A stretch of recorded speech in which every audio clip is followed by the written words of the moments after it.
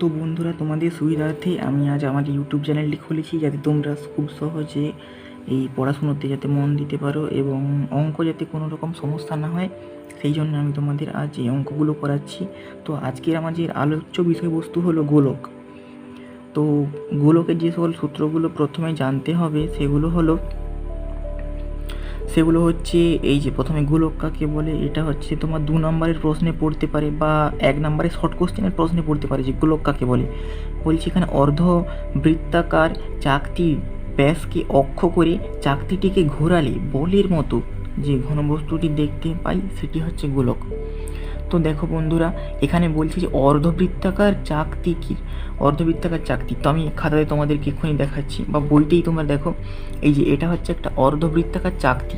এই যে এটা অর্ধবৃত্তাকার একটা চাকতি, এইটাকে যে এই অক্ষ, এটাকে বলা হচ্ছে এর অক্ষ, অর্ধবৃত্তাকার চাকতির অক্ষ। তো এই অক্ষকে আমরা যদি এটাকে ব্যাস ধরি, এটাকে ব্যাস ধরে যদি আমরা এটাকে এইভাবে রাউন্ড করতে থাকি, বারবার এরকম ঘোরাতে থাকি, তো ঘোরাতে থাকলে আমরা দেখতে পাবো যে এখানে একটা বলের মতো ঘনবস্তু সৃষ্টি হচ্ছে। এরকম যদি আমরা ঘোরাতে থাকি এরকম, তো বলের মতো ঘনবস্তু সৃষ্টি হচ্ছে আমরা দেখতে পাবো। তো ওই যে বলের মতো ঘনবস্তু সৃষ্টি হবে সেটাকেই আমরা বলবো গোলক। তো গোলক কাকে বলে? অর্ধবৃত্তাকার চাকতির ব্যাস কি অক্ষ করে ঘোরালে, অর্ধবৃত্তাকার চাকতির ব্যাস কি অক্ষ করে ঘোরালে, চাকতিটি ঘোরালে বলের মতো দেখতে যে ঘনবস্তু পাই সেটি হলো গোলক। বলের মতো দেখতে যে ঘনবস্তু পাই সেটি হলো গোলক। অর্থাৎ তোমরা ভেবো না যে এই ছবিতে এরকম একটি মানে কি বলবো সমান্তরাল বা সমান একটি পেজের ওপর এরকম একটা গোল এঁকে দিলেই সেটা গোলক। গোলক কিন্তু আসলে ওটা নয়। গোলকের উদাহরণ হচ্ছে তোমরা যে মাঠে খেলতে যাও, সেই ফুটবল খেলার মাঠে যে ফুটবল, সেই বড় ফুটবল, গোল ফুটবল, সেই ফুটবলটাই হচ্ছে গোলক, বা ক্রিকেট বল, টেনিস বল, এগুলো সবই হচ্ছে গোলকের উদাহরণ। তো আর এই যে এখানে যে এই যে ছবিটা তোমরা দেখতে পাচ্ছ, এমনি শুধু একটা গোল আঁকা হয়ে আছে, এটাকে বলবে বৃত্ত। আর এটা যখন ঘন বস্তুতে রূপান্তরিত হবে, যখন তার একটি দৈর্ঘ্য, প্রস্থ বা উচ্চতা থাকবে, তখনই তাকে বলবো আমরা ঘনবস্তু, আর তখনই সেটা হয়ে যাবে গোলক। শুধু সমতলিক একটা চিত্র এঁকে দিলে সেটা কিন্তু গোলক নয়, সেটা হচ্ছে বৃত্ত। তো আমরা এখানে এইটা একটা মানে মোস্ট ইম্পর্ট্যান্ট কোশ্চেন, এই যে গোলকের একটি তল ও একটি, সেই তলটি হচ্ছে গোলকের যে এই একটা তল থাকে, সেই একটা তল সেটা হচ্ছে বক্রতল সবসময় হবে। আমি এখানে দেখো দাগ দিয়ে রেখেছি। তো তারপরে আমরা পরের পৃষ্ঠাতে দেখে নিচ্ছি। দেখো বন্ধুরা, এখানে একটা কাজ করেছি কি, একটা কাজ হচ্ছে এই যে তোমরা যে খেলতে যাও ক্রিকেট বল বা ফুটবলের বল, সেই বলগুলোকে নিয়ে তাতে এই প্রথম থেকে শুরু করে একদম সুতা পাক দিয়ে দিয়ে গোটা বলটাতে জড়িয়ে দিয়েছে। তো এই যে এখানে জড়িয়ে দিয়েছে বলটাকে, তো এখানে বলের মানে হচ্ছে সমগ্র তলটার উপরে এই সুতাটি জড়িয়ে দিয়েছে, ফলে এইটা হচ্ছে যে সমগ্র তল আমরা পেয়ে যাচ্ছি এখান থেকে। তো গোলকের সমগ্র তলের ক্ষেত্রফল বলছে দেখো 4 ইন্টু আর একক দৈর্ঘ্যের ব্যাসার্ধের ক্ষেত্রফল। আর একক দৈর্ঘ্যের মানে হচ্ছে এই যে গোলকের যে ব্যাসার্ধ সেটা হচ্ছে আর একক দৈর্ঘ্যের, সেই ব্যাসার্ধের ক্ষেত্রফল। তো আমরা জানি যে বৃত্তের যে ক্ষেত্রফল, সেই বৃত্তের ক্ষেত্রফলের সূত্র কি? বৃত্তের ক্ষেত্রফল হচ্ছে যে পাই আর স্কোয়ার বর্গ একক, এখানে দেখো লেখাই রয়েছে পাই আর স্কোয়ার বর্গ একক, তার সঙ্গে 4 গুণ করে দিলে যেটা পাবো সেটাই হচ্ছে আমাদের গোলকের সমগ্র যে তল, সেই সমগ্র তলের ক্ষেত্রফল। তো এখানে একটি কনসেপচুয়াল ব্যাপার আছে, যদি তোমরা এগুলো না বুঝতে পারো তাহলে অঙ্ক কোনো দিনই পারবে না। আর অনেক ছাত্ররা এখানে ভয় পেয়ে যায় যে ওরে বাবা গোলক এটা আবার কী জিনিস, এরকম তোমাদের ভাবার একেবারেই দরকার নেই। সামনে পরীক্ষা আসতেছে, তো তোমরা যেখানে যেখানে বুঝতে পারবে না আমাকে জিজ্ঞাসা করবে বা আমাকে কমেন্ট করে জানাবে, আমি অবশ্যই তোমাদেরকে সেই অঙ্কটা করানোর আপ্রাণ চেষ্টা করে থাকবো। তো দেখো, লেজেন্ড তাকেই বলা হচ্ছে যে কোনো কিছুতে ভয় পায় না বা সব মুশকিলকে সহজ করে দেয়, তাকেই বলবো আমরা লেজেন্ড। তো দেখো, তুমিও একজন লেজেন্ড হতে পারো যদি তোমার কোনো বিষয়ে, যদি তোমার কোনো ভয় না থাকে, তুমি যদি খুব অনায়াসেই করতে পারো। সেই জন্য অঙ্ক একটা বিষয়ে খুব বেশিরভাগ ছাত্ররা ভয় পায়, কিন্তু ভয় পাওয়ার কোনো দরকার নেই। আমি এমন করে বোঝাবো যাতে তোমাদের মাথায় সম্পূর্ণটা ঢুকে যায়। তো আমি এখানে সূত্রগুলো, এখানে মোস্ট ইম্পর্ট্যান্ট এই সূত্রগুলো পড়ে রাখতে হবে। এই সূত্রগুলো না পড়লে তোমরা গোলকের যে এই অঙ্কগুলো রয়েছে একটা অঙ্ক টাচ করতে পারবে না। তো সূত্র আগে মুখস্থ রাখতে হবে। তো এখানে বলেছে দেখো, গোলকের বক্রতলের ক্ষেত্রফল বা সমগ্র তলের ক্ষেত্রফল এটা হচ্ছে এই যে 4 পাই আর স্কোয়ার। এখানে বর্গ একক অবশ্যই দেবে, বর্গ একক। এইটা যদি না দাও তাহলে পুরো অঙ্কটাই তোমাদের কেটে দেবে। এই সকল ছোটোখাটো বিষয়গুলোকে তোমাদের মাথায় রাখতে হবে। তো গোলকের সমগ্র তলের ক্ষেত্রফল হচ্ছে 4πr² বর্গ একক। তো এখানে তোমরা দেখবে বইয়ে যে সকল নীল নীল লেখাগুলো, যেমন হচ্ছে এখানে একটা নীল লেখা পেলাম, তারপরে এই পরের পেজে আবার এইখানে একটা নীল লেখা আছে, এই সকল নীল লেখাগুলোতে বেশিরভাগ সূত্রটাই মেনশন করে দেওয়া থাকে। তো আমরা বুঝে নিলাম যে গোলকের মানে বক্রতলের ক্ষেত্রফল বা সমগ্র তলের ক্ষেত্রফল, বক্রতল বা সমগ্রতল যেটাই দিক না কেন দুটি একই সূত্রে প্রযোজ্য। তো গোলকের বক্রতলের ক্ষেত্রফল বা সমগ্র তলের ক্ষেত্রফল হচ্ছে যে 4πr² বর্গ একক। তো এবার দেখো এখানে একটা সূত্র দিয়েছে, এটা লাল কালারের দিয়েছে, তো কোনো অসুবিধা নেই, তোমরা পড়লেই বুঝতে পারবে যে সূত্রগুলো কি। আর হচ্ছে হ্যাঁ, তোমরা এই যে প্রয়োগ 2 বা এরকম যে প্রয়োগের অঙ্কগুলো দেওয়া থাকবে এগুলো কিন্তু অবশ্যই দেখিয়ে যাবে, তাহলে তোমরা বুঝতে পারবে যে পরীক্ষায় কোথা থেকে অঙ্কগুলো দিয়েছে। পরীক্ষায় কিন্তু অনুশীলনী থেকে অঙ্কগুলো দেয় না, বেশিরভাগ অঙ্ক এই যে প্রয়োগ থেকেই পড়ে। মানে স্যাররা চালাকি করে দেখতে চাই যে কারা ভালো ছেলে কারা খারাপ ছেলে, নাহলে সবাই যদি মিশিয়ে দেয় তো ক্লাসে আর ফার্স্ট সেকেন্ড বইয়ের মধ্যে পার্থক্য থাকবে। আচ্ছা, তো এখানে বলছে গোলকের আয়তনের সূত্রটা আমরা একবার দেখে নিই। 4/3πr³ ঘন একক। এটা তোমরা মুখস্থ করে নেবে, এটাতে বোঝার কিছু নেই, এটা মুখস্থ করলেই হয়ে যাবে তোমাদের ক্লাসের অঙ্কগুলো। তো গোলকের আয়তন হচ্ছে যে 4/3πr³ ঘন একক, যেখানে হচ্ছে গোলকের ব্যাসার্ধের দৈর্ঘ্য r একক। তো এটা তোমাদের দেওয়ার দরকার নেই, তোমরা শুধু এটাই লিখবে, গোলকের আয়তনের সূত্র 4/3πr³ ঘন একক। এগুলো কিন্তু অবশ্যই মুখস্থ করবে তোমরা। তো বন্ধুরা এখানে দেখো এইখানে একটা অঙ্ক রয়েছে, যেমন হচ্ছে যে প্রয়োগ 4, এই অঙ্কগুলো তোমাদেরকে আমি করাবো, কিন্তু আগে তোমাদের সূত্রটা বুঝিয়ে দিই, অনুশীলনীটা শেষ করি, তারপর তোমাদেরকে এই অঙ্কটা আমি করাবো। তো আজকে প্রথমে আমি পাটে পাটে সূত্রটা বোঝাবো আজকে, পরের দিন আমরা অনুশীলনী করব, সব অঙ্ক একদিনই শেষ করে দেবো, তারপরের দিন আমরা করব এই প্রয়োগ অঙ্কগুলো। তো তোমরা আমার সঙ্গে বজায় থেকো, আর যারা ভিডিওটা দেখছো তাদের আশা করবো তোমাদের ভালো লেগেছে। যদি ভালো লেগে থাকে একটা লাইক এবং একটা সাবস্ক্রাইব করে দিও প্লিজ, কারণ আমি নতুন চ্যানেল খুলেছি তো আমার একটু নার্ভাস লাগছে আর কি। তোমরা আমাদের পাশে থাকলে আমি তোমাদেরকে অবশ্যই সাহায্য করবো। তো এখানে দেখো লেখা রয়েছে একটি অর্ধ গোলকাকার ঘনবস্তুর ক্ষেত্রফল। অর্ধগোলক, এবার আমরা যেটা অতক্ষণ পড়ছিলাম সেটা হচ্ছে একটা গোলক, যেমন ফুটবল, তারপরে ক্রিকেট বল, এগুলো সব গোলকের উদাহরণ। আর অর্ধগোলক কোনটা? অর্ধগোলক হচ্ছে যে ওই ফুটবল বা ক্রিকেটকে যদি আমরা কাটি, ভেতর থেকে যদি আমরা কাটলে যেটা পাওয়া যাবে সেটাই হচ্ছে অর্ধগোলক। তো আমি তোমাদেরকে এখানে ধরো আমি খাতাতে একটু দেখিয়ে দিচ্ছি তোমাদেরকে অর্ধগোলক কী হবে। তো এইটা হচ্ছে একটা গোলক, ঠিক আছে, এটা ধরা হচ্ছে তোমাদের ক্রিকেট বল।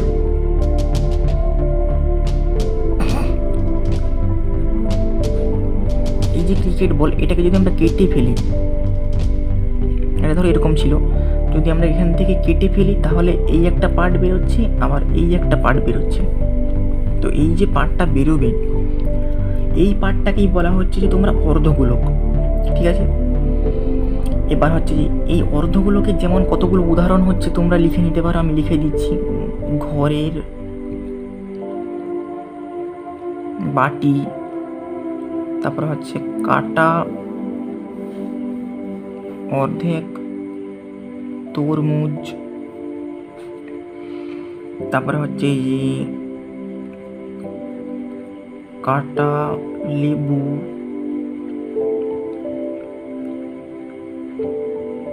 এই সমস্ত অনেক উদাহরণ আছে, তোমরা একটু বুদ্ধি খাটালেই পেয়ে যাবে। তো আমি আর বেশি কথা না বাড়িয়ে এই মূল সূত্রে আসছি। তো দেখো এখানে বলেছে আমাদেরকে এই যে অর্ধগোলক ঘনবস্তুর বক্রতলের ক্ষেত্রফল। তো আমরা এক্ষুনি কি পড়েছিলাম, এই যে গোলক, আমরা এক্ষুনি পড়েছিলাম যে এই যে গোলকের যে সমগ্র তলের ক্ষেত্রফল, সেই ক্ষেত্রফলটা হচ্ছে যে 4πr² বর্গ একক। আর এখানে হচ্ছে তোমাদেরকে দিয়েছে অর্ধগোলকের সমগ্র তলের ক্ষেত্রফল। তো অর্ধগোলক বলেছে আমাদেরকে, অর্ধ, এইটা মাথায় রাখতে হবে তোমাদেরকে যে অর্ধগোলক, গোলক নয় কিন্তু অর্ধগোলক। তো এই যে অর্ধগোলকের সমগ্র তলের ক্ষেত্রফল তাহলে কি হবে, তো আমি তোমাদেরকে খাতা একটু বোঝাতে হবে, নাহলে তোমরা বুঝতে পারবে না।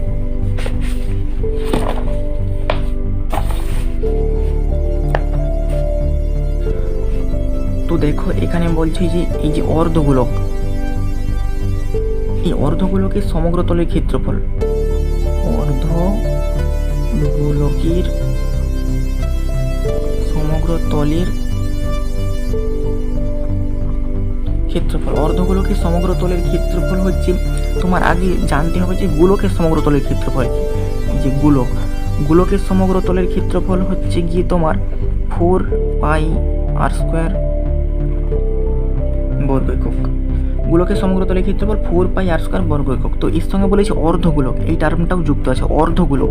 তো এই অর্ধগোলক বললে তোমাদেরকে করতে হবে 4πr²/2 বর্গ একক। যেহেতু ওখানে অর্ধেক বলেছে তো অর্ধেক করে দিয়েছি, তো এটা কাটাকাটি করলে হবে 2πr² বর্গ একক। 2πr² বর্গ একক। আর যদি তোমাদেরকে বলি যে নিরেট কথাটা যদি বলে দেয়, তখন তোমাদেরকে ভাবতে হবে যে তোমাদেরকে একটা কাটা তরমুজের কথা বলেছে। কাটা তরমুজ, এখানে ধরো বীজ রয়েছে যেগুলো তোমরা খেয়ে ফেলে দাও, নাহলে পেটে কারো চলে গেলে সেখান থেকে গাছ বেরিয়ে যায়। তো এখানে এই কাটা তরমুজের কথা বলেছে, যদি যদি তোমাদেরকে নিরেট গোলক বলে তাহলে তোমরা হবে কাটা তরমুজ। তো কাটা তরমুজের এই বার পাঁচটারও ক্ষেত্রফল তোমাদেরকে বের করতে হবে। আবার এই ভিতরের এই যে ক্ষেত্রফলটা সমতলের ক্ষেত্রফল আর এই বক্রতলের ক্ষেত্রফল, বক্রতলের ক্ষেত্রফলটা বেরিয়ে গেল, আবার এখানে সমতলের ক্ষেত্রফল এটাতে বের করতে হবে তোমাদেরকে। এই সমতলের ক্ষেত্রফলের সূত্র কি আমরা জেনেছিলাম যে এই যে গোলকের যে ক্ষেত্রফলের সূত্র, সেটাই তো এখানে সমতলের ক্ষেত্রফলের সূত্র। তো এখানে আমরা লিখব যে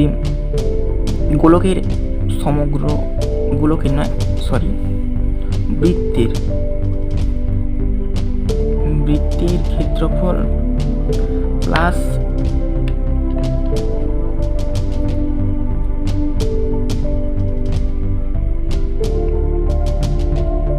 πr² বর্গ একক। তোমরা বৃত্তের ক্ষেত্রফল জানি πr² প্লাস 2πr² বর্গ একক। তো এই যে এখানে বলেছি আমাদেরকে এখানে এগুলোকে যোগ করে নিতে হবে, তাহলে 2 আর 1 যোগ করলে 3πr² বর্গ একক। তো এইটা হচ্ছে যে তোমার অর্ধ নিরেট, যদি নিরেট কথাটি বলে দেয়, তো এটা হচ্ছে তোমার নিরেট অর্ধগোলকের সমগ্রতলের ক্ষেত্রফল। ঠিক আছে, তো এটা তোমাদেরকে বোঝা গেল। তো আমি এবারে পরেরটাতে যাচ্ছি।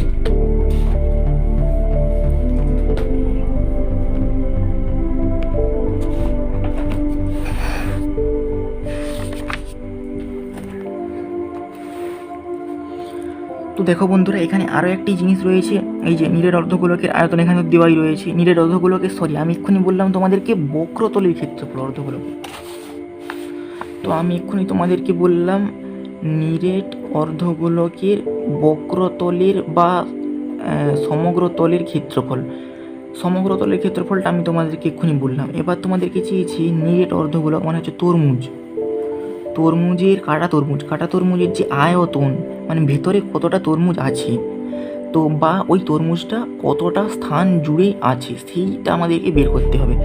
তো আমি এখানে দেখিয়ে দিচ্ছি তোমাদেরকে। তোমরা নিশ্চয়ই উদাহরণগুলো তুলে নিয়েছো, পরীক্ষায় দিলে কিন্তু এগুলোই লিখবে, তোমাদেরকে পুরো নাম্বার দিয়ে দেবে, কারণ এগুলোই তো বাস্তব উদাহরণ, আর পরীক্ষায় বাস্তব উদাহরণই চাইবে। তো তোমাদেরকে এখানে বের করতে হবে যে নিরেট অর্ধগোলকের আয়তন। তো আমরা প্রথমে জানবো যে শুধু গোলকের আয়তনের সূত্র কী। শুধু এই যে গোলকের আয়তনের সূত্র হচ্ছে 4/3πr³ ঘন একক। তো এর সঙ্গে আমাদেরকে এবারে হচ্ছে যে তোমার অর্ধগোলক যোগ করতে হবে, তার 4/3/2πr³ ঘন একক। তো আমাদেরকে কাটাকুটি করে হয়ে যাবে, এখানে বলছি 2 সমান 2/3πr³ ঘন একক। তো এইটাই হচ্ছে কি তোমাদের নিরেট অর্ধগোলকের আয়তন। তো তোমাদেরকে দেখো বইতেই করে দেওয়া আছে। আমি এক্ষুনি যে প্রমাণটা করলাম ওটা তোমরা টুকে নাও বা স্ক্রিনশট নিয়ে নাও। যে যদি বলে তোমাদেরকে যে নিরেট অর্ধগোলকের আয়তনের সূত্রটা কীভাবে এলো তা ব্যাখ্যা করো, তো এইভাবে তোমরা লিখে নেবে। তো প্রথমে তোমরা লিখবে গোলকের আয়তন এইটা, তো তারপর লিখবে তোমরা যে গোলকের আয়তনের সঙ্গে গোলকের আয়তনকে অর্ধেক করলে তবেই পাওয়া যাবে অর্ধগোলক। তোমরা লিখবে নিরেট গোলককে অর্ধেক করলে তবেই পাওয়া যাবে নিরেট অর্ধগোলক। তো নিরেট গোলকের আয়তনের সূত্র এইটা, একে যদি আমরা 2 দিয়ে ভাগ করি তবেই আমরা পাবো নিরেট অর্ধগোলকের আয়তন। তো 2/3πr³ ঘন একক, এটাই হচ্ছে সূত্র। তো তোমাদের বইতে ওই একই রকম করে দেওয়া আছে। এখানে একটু কঠিন রকম দেওয়া আছে, এটা করার কোনো দরকার নেই, কঠিন নয়। ঠিকই এখানে 1/2 দিয়েছে, আমি নিচে 2 গুণ করে দিয়েছি। এই দেখো একই সূত্র বেরিয়েছে, 2/3πr³ ঘন একক। তো আরও একটা সূত্র এখানে তোমাদেরকে দিয়েছে, এই যে ফাঁপা গোলকে তৈরি করতে যে পরিমাণ পদার্থ লেগেছে তার আয়তন।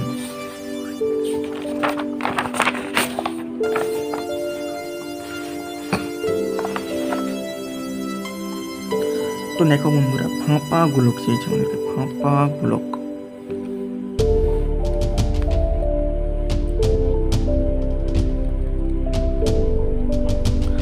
এই গোলকটা এই যে এইখানে রয়েছে, এইখানে বায়ুপূর্ণ আছে, এখানে ফাঁপা, ঠিক আছে, আর বাইরের চারপাশে গোলক রয়েছে।